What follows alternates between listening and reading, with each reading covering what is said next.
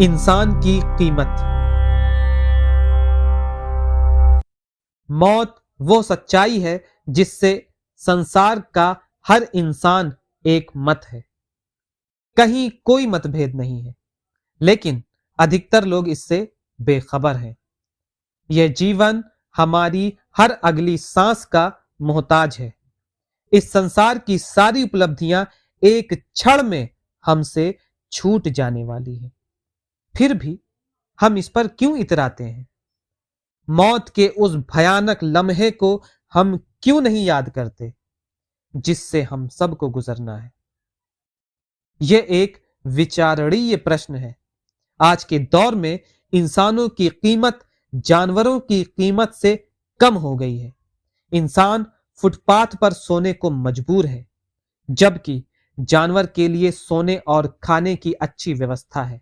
हमारे पास जब धन होता है तो हम कुत्ता पालते हैं। सर्दी के मौसम में जब गरीबों को कंबल बांटते हैं तो फोटो खिंचवाकर। गरीब लड़कियों की शादी करवाते हैं तो प्रचार प्रसार करके। इस दौर में गरीबी अमीरों के प्रचार प्रसार की प्रयोगशाला बन गई है।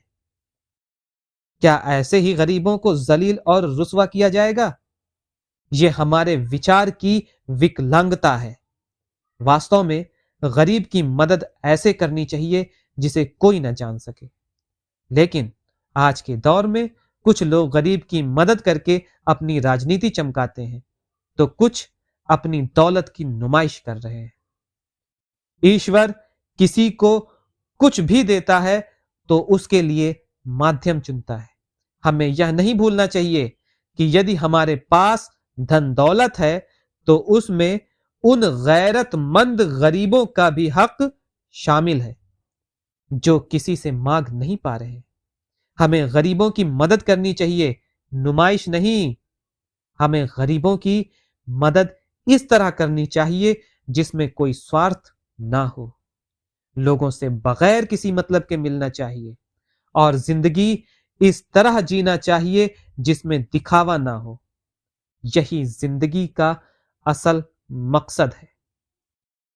जिस शरीर के साथ हम जन्म लेते हैं वो हमारे बस में नहीं होता, मगर जिस चरित्र, व्यक्तित्व और आचरण के साथ हम इस संसार से विदा लेते हैं उसके लिए हम स्वयं उत्तरदायी होते हैं। व्यक्ति की सरलता, विनम्रता और भोलापन मानव व्यवहार की अमूल्य निधि है। इसे इस दौर में संवारने की जरूरत है, क्योंकि ऐसे लोग ईर्ष्या, द्वेष, लालच, दिखावा और बदले की भावना से दूर होते हैं। जिसने इसे खोया उसने सब कुछ पा लिया, और जिसने इसे पाया उसने सब कुछ खो दिया।